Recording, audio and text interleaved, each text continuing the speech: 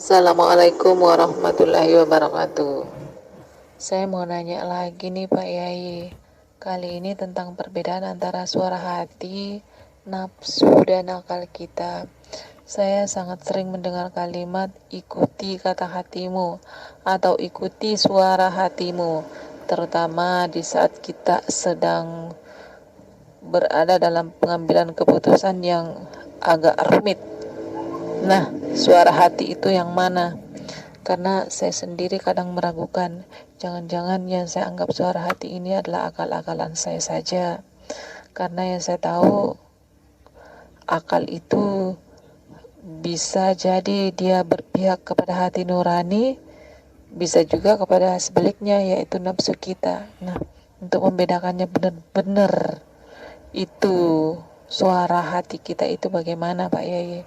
Demikian Pak Yai, terima kasih. Assalamualaikum warahmatullahi wabarakatuh.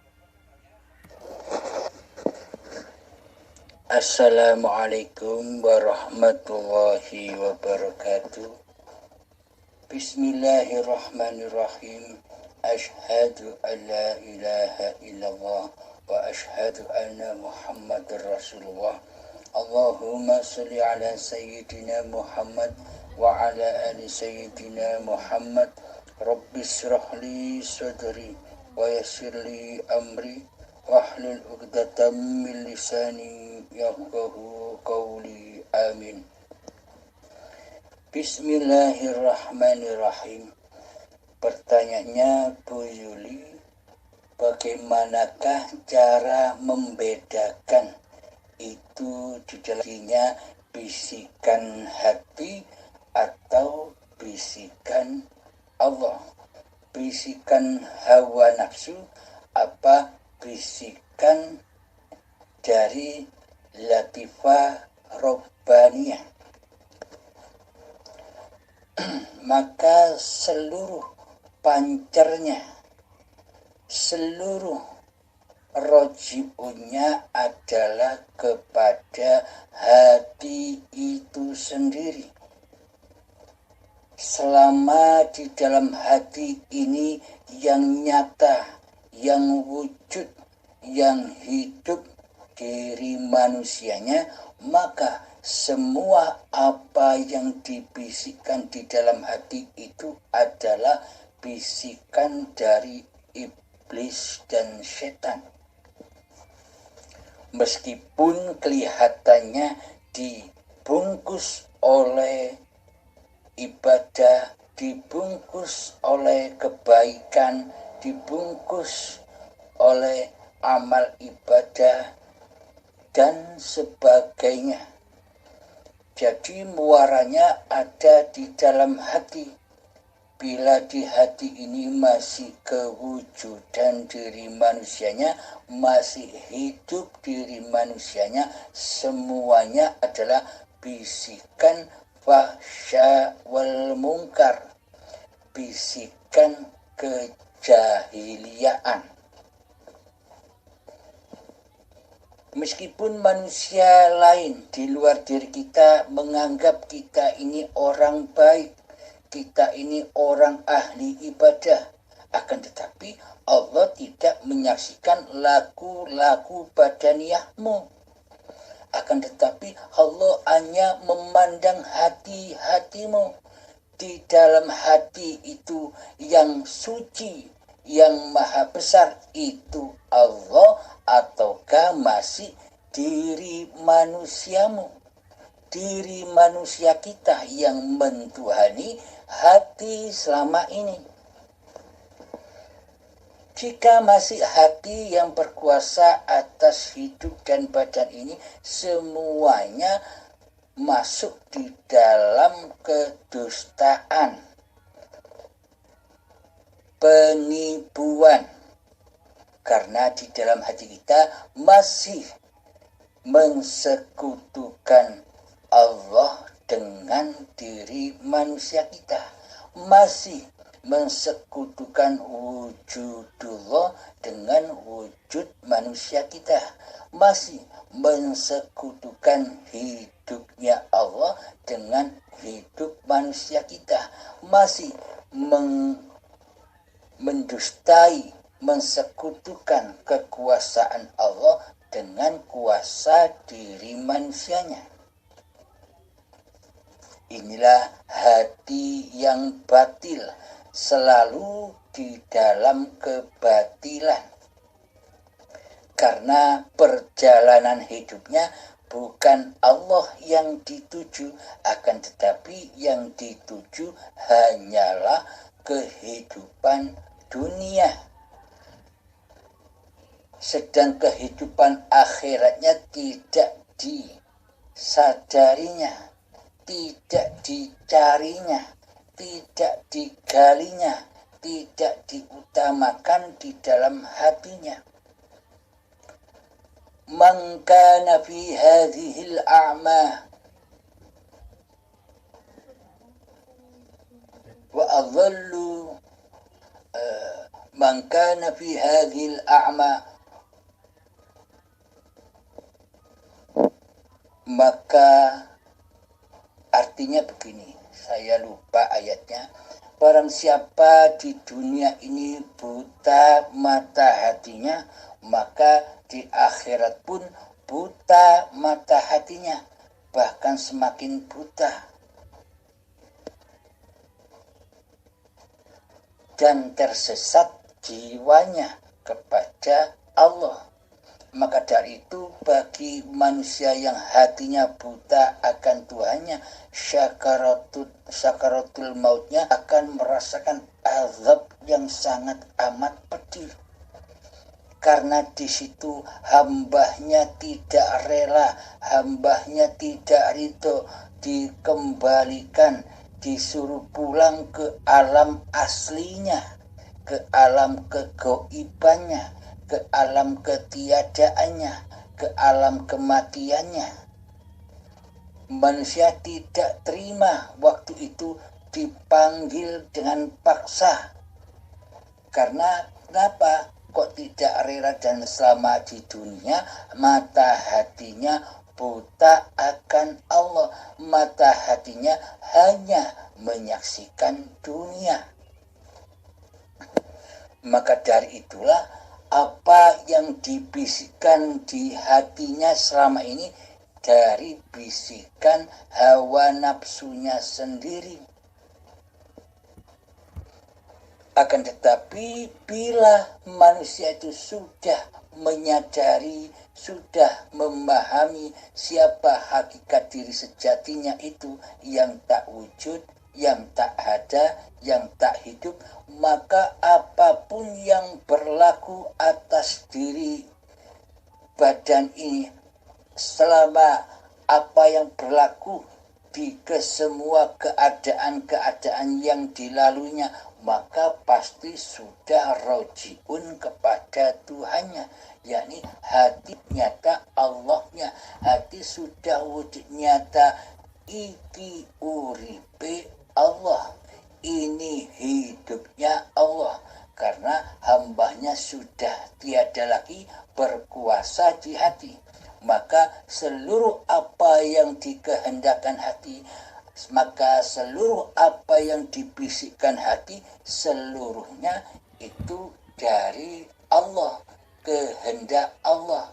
Jadi lakukan apa saja sesuai kehendak Allah.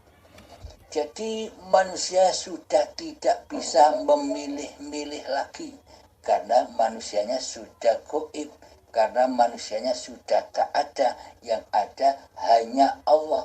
Jadi apapun keadaan, apapun yang tergerak oleh badan ini, semuanya dikuasai oleh Allah, semuanya diridhoi oleh Allah, karena yang beraf'al di dalamnya hanyalah Allah. Akan tetapi bila yang beraf'al di dalam hati kita adalah diri manusianya, maka semua bisikan yang ada di hatinya itu dari iblis dan setan yang selalu mensekutukan Allah dengan diri manusianya. Begitu Bunda Yuli, semoga bisa dipahami. Kira-kira ada pertanyaan lagi? Monggo silakan.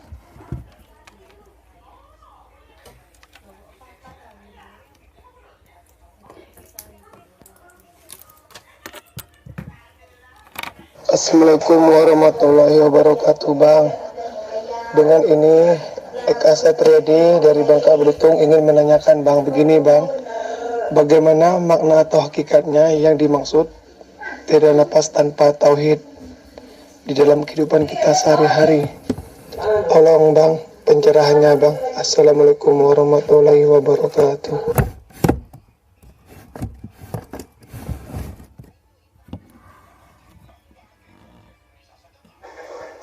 Waalaikumsalam warahmatullahi wabarakatuh. Alhamdulillahirabbil alamin. Pertanyaannya, tiada nafas tanpa tauhid. Selama ini kita mengira kita bisa bernafas karena kehidupan diri manusia kita sendiri. Selama ini kita merasa hidup ini hidupnya manusia. Maka dari itu kita belum mengenal siapakah hidup ini. Memang sejatinya nafas itu ada karena tauhid, ada karena ma'rifat, karena Allah, karena hidup. Tanpa kehidupan maka nafas tidak ada. Dengan adanya kehidupanlah maka nafas itu ada. Akan tetapi selama ini nafas itu kembali kepada ketauhidan Tuhannya ataukah ketauhidan diri manusianya. Yang wujud, yang nyata di dalam hati manusianya kan selama ini manusianya sebagai Tuhan yang mentuhani dirinya sendiri tanpa Allah, karena Allah dianggapnya gaib, karena Allah dianggapnya tiada. Maka benarlah yang ditauhidkan di dalam hati kita selama ini ya kita sendiri. Tauhidun nas, mentauhidkan manusianya. Maka dari itu bila kita ingin kembali kepada tauhidullah, tauhidnya Allah, maksudnya kembali rajin kepada Allah, maka nyatakanlah di dalam hati kita bahwa sesungguhnya hidup ini Allah, bukan hidup manusianya. Karena bila hidup ini hidup manusianya, maka manusia takkan pernah mati, karena hidup terus seperti hayatullah. Maka dari itu Allah itu zat yang hidup. Hidupnya Allah itu terus menerus. Dari mulai manusia Nabi Adam hidup, setelah itu Nabi Adam dimatikan, Allah menghidupkan lagi anak, cucu, cicit Nabi Adam hingga sekarang. Jadi hidup itulah Allah, bukan hidupnya manusia. Bila hidup ini hidupnya manusia, tentunya Nabi Adam sampai saat ini pasti tidak akan mati, tetap hidup terus. Jadi di dunia ini full sesek banyak manusianya, karena manusianya tidak bakal mati karena punya sifat hidup. Lalu kenapa manusia itu mati? Karena memang hakikatnya manusia itu mati, tidak hidup. Hidup itulah Tuhan yang menguasai dan yang menciptakan manusia. Jadi bila kita ingin bertauhid, ingin kembali kepada Allah, ingin mengabdikan diri kepada Allah, maka jangan aku akui bahwa hidup ini hidup manusianya. Hidup inilah Allah, inilah tauhidullah, bertauhid kepada Allah. Di dalam segala gerak laku, tindak tanduknya badan, pernafasannya hidung, maka tetapkanlah di situ Allah lah yang menguasai di dalamnya, bukan manusianya yang berkuasa di dalamnya. Seolah-olah selama ini kitalah sebagai penguasanya. Penguasa bisa bernafas, akan tetapi selama ini kita tidak ada gerak sedikit pun dalam bernapas. Nafas itu gerak sendiri, otomatis, karena Allah lah yang menghidupi. Jadi bukan manusianya yang hidup, tapi Allah lah yang hidup. Segala tindak lakunya badan, kita wajib menyaksikan hidup yang menggerakkan badan. Ketika sholat, kita menyaksikan hiduplah yang mensolatkan badan. Inilah yang dimaksud niatan lillahi ta'ala, hanya milik Allah, bukan linnas, milik manusianya. Akan tetapi selama ini praktek hati kita pasti kembali ke tauhidun nas, mentauhidkan diri manusianya sendiri, mentuhankan diri manusianya sendiri yang merasa mampu dan berkuasa atas segala tindak lakunya badan selama ini. Inilah yang dinamakan kufurnya hati, ingkarnya hati akan Allah, mensekutukan Allah dengan diri manusianya. Inilah yang dimaksud tauhidun nas, mentauhidkan diri kita sendiri sebagai Tuhannya. Karena di dalam hati kita Allah selama ini gaib keberadaannya, tidak wujud, tidak nyata. Yang nyata adalah wujud Tuhan manusia itu sendiri, yakni mentuhankan dirinya sendiri, mentuhankan hawa nafsunya sendiri sebagai Tuhan penguasa diri badannya. Begitu Kang Mas, semoga bisa dipahami. Akhir kalam, assalamualaikum warahmatullahi wabarakatuh. Memang dalam pengertian umum, dalam pengertian orang-orang syariat, orang yang makrifat itu harus sakti mandraguna. Itu pandangan yang salah. Karena orang yang bermakrifat itu bagaimana mungkin bisa sakti, sedangkan manusianya sendiri sudah fana, sudah tiada, sudah gaib di dalam hayatullah. Kesaktian atau karomah itu masih babakan mukasyafa pun dibagi dua. Ada kasab suwari, istijrot, yang mana seluruh kesaktian yang terjadi diakui sebagai kesaktian manusianya. Inilah istijrot, inilah penglulu. Jadi yang kedua kasab ma'nawi, inilah kasab yang selamat. Ketika terjadi kesaktian pada diri manusianya sudah tak peduli lagi akan kesaktian yang dimilikinya, karena manusianya sudah sadar bahwa semua apa yang terjadi atas dirinya sudah kehendak Allah, kuasa Tuhannya.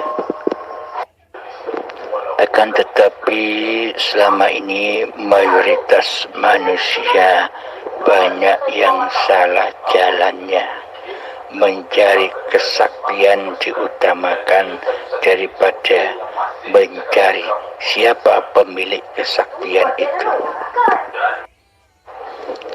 Iman dan Islam itu wilayahnya ada pada hati, bukan pada dohir, bukan pada syariat. Meskipun selama ini kita merasa bisa bersyariat, meskipun selama ini kita merasa bisa sholat, bisa puasa, bisa haji, bisa ibadah yang lain, akan tetapi selama ini bukan Allah yang jadi Tuhan, bukan Allah yang disembah, bukan Allah yang diabdi, akan tetapi selama ini yang diabdi, yang disembah, yang dituhankan adalah diri kita sendiri. Terbukti di dalam segala bentuk laku badan dan ibadah-ibadahnya badan, selalu hati berpulang kepada linafsi, milikku hamba, kuasaku hamba.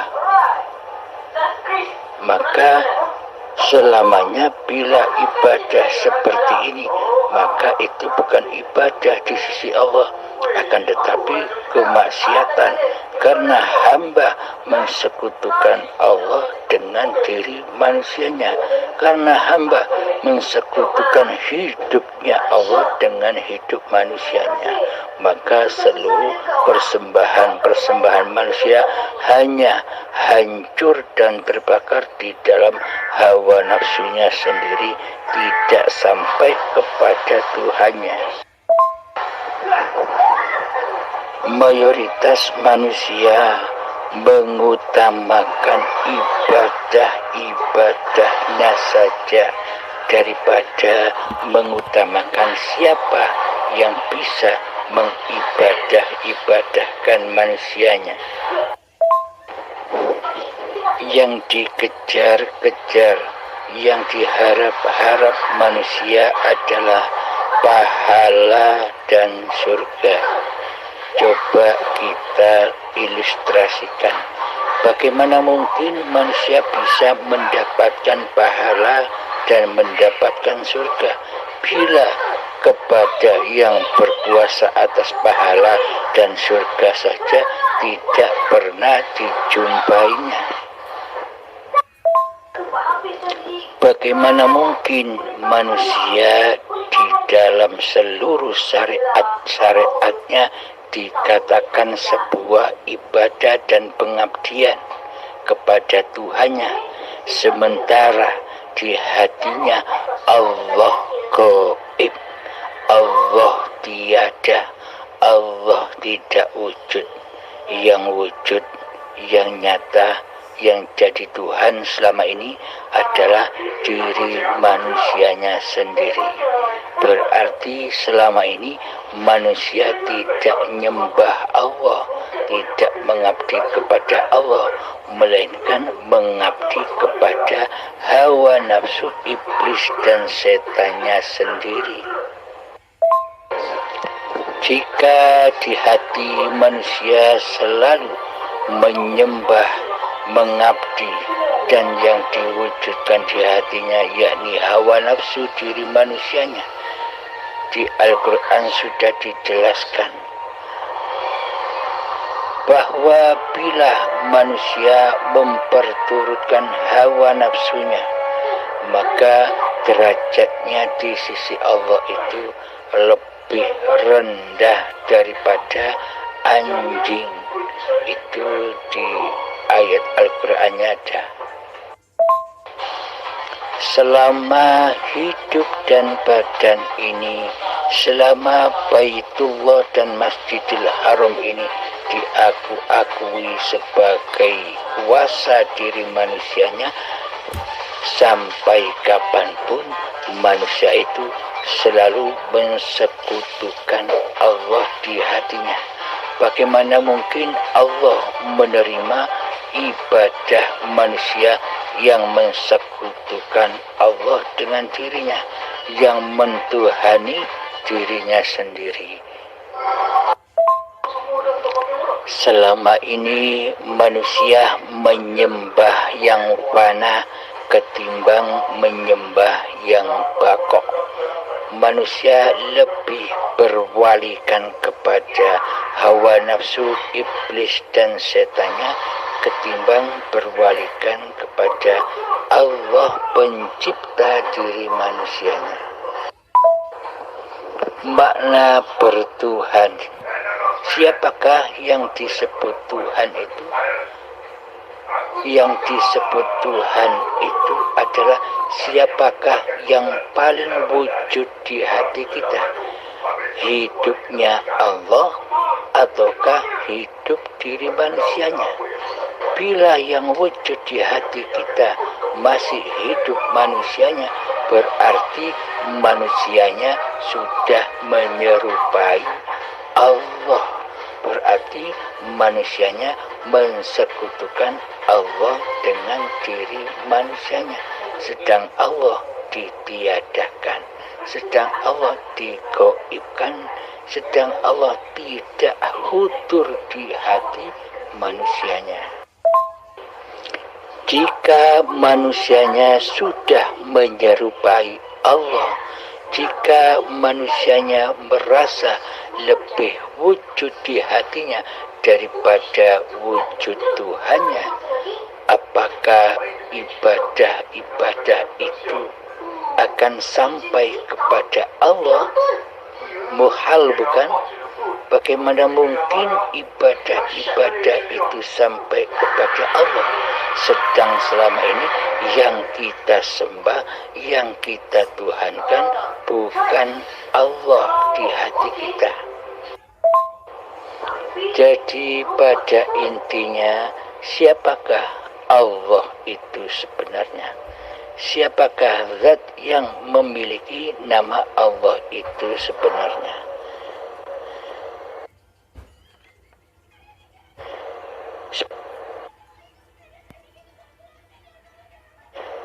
Sebenarnya Allah itu adalah Bismillahirrahmanirrahim. Allahu la ilaha illa huwal hayyul qayyum. Allah, tiada Tuhan yang berhak disembah kecuali Dialah yang hidup kekal, lagi terus menerus menghidupi seluruh ciptaan-ciptaannya.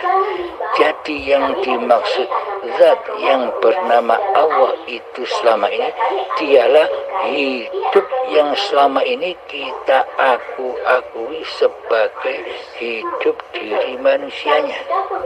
Karena manusia masih merasa wujud di hatinya, karena manusia masih merasa hidup di hatinya, maka selamanya manusia takkan pernah bertuhan, melainkan bertuhankan kepada hawa nafsu, iblis dan setannya sendiri di hatinya.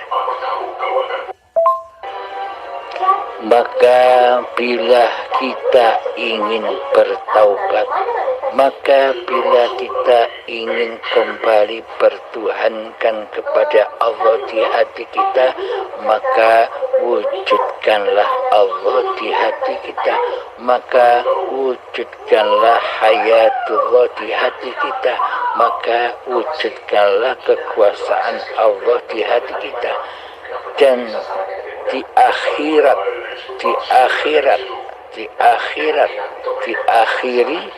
kekuasaan diri manusianya, kewujudan diri manusianya sudah tenggelam di dalam wujudullah, kehidupan manusianya sudah tenggelam di dalam hayatullah, kuasa manusianya sudah tenggelam di dalam kekuasaan Allah sebagai Tuhan dan pencipta diri manusianya. Inilah makna bertuhan.